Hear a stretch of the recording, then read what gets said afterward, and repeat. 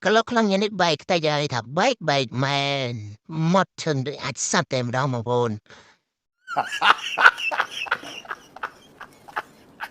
បាទជំរាបសួរពុកម៉ែបងប្អូនថ្ងៃនេះយើងមកបេះព្រីងបាទបេះព្រីង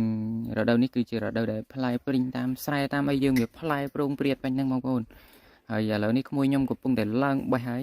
ព្រោះអីដើមព្រីងនេះវាទុំអញ្ចឹងណាហើយមានតែម្ដងហ្នឹងទេដែលផ្លែវាផ្អែមហើយវាឆ្ងាញ់ជាងគេអញ្ចឹងណាអញ្ចឹងឲ្យតែរដូវព្រីងទុំឲ្យតែដើមហ្នឹងវាទុំគឺមកបេះហើយបងប្អូនឥឡូវនេះយើងកំពុងតែបេះហើយបាទហើយខ្ញុំអត់ទាន់ឡើងទេតិចទៀតបានឡើងឥឡូវនេះបងខ្ញុំកំពុងតែបេះច្រកថងហើយយកទៅក្លុកអំបិលម្ទេសបាទហើយយើងបេះបដើយើងញ៉ាំបដើបងប្អូនតម្រាំឲ្យបានក្លុកអំបិលម្ទេសហ្នឹងឆ្អែតបាទ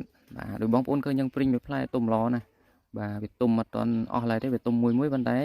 វាទុំល្អផ្លែថ្លោះល្អអញ្ចឹងណាប៉ុន្តែវាមិនល្អដូចអាព្រីងស្រុកព្រីងអីគេដាំទេអានេះដោយវាព្រីងវាដុះតាមស្រែព្រីងស្រែអញ្ចឹងណាចឹងវាអត់ទៅល្អដូចអាព្រីងយើងដាំទេបងប្អូនឥឡូវនេះខ្ញុំកំពុងតែបេះហើយបាទហើយឡើង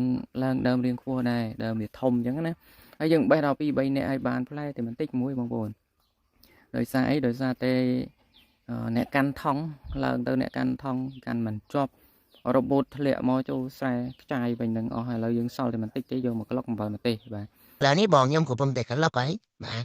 mới đang được cái lốc khai khâu cái mòn của lốc lăng mà đèn hay nhom thảm bài tay trái và hay thay không mà muốn cứ bài tay chân mà đó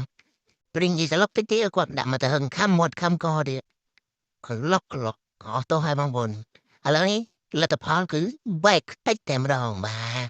hay mới tao đôi ai sát chân bông bồn vật tay chân hay tôi bài tay chân cái đó cơ lụa này bông bồn nhưng mà được cho ta sách lụa à lớn này vào có mùi nhom của bông ta lúc đại lúc trơn đá bà rồi ấy giờ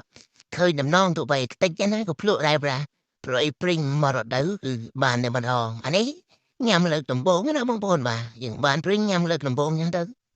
hay trong nè cả lúc này đã mà ta hưng biết hay cả lúc mà ta hưng hay đờ được bạn bà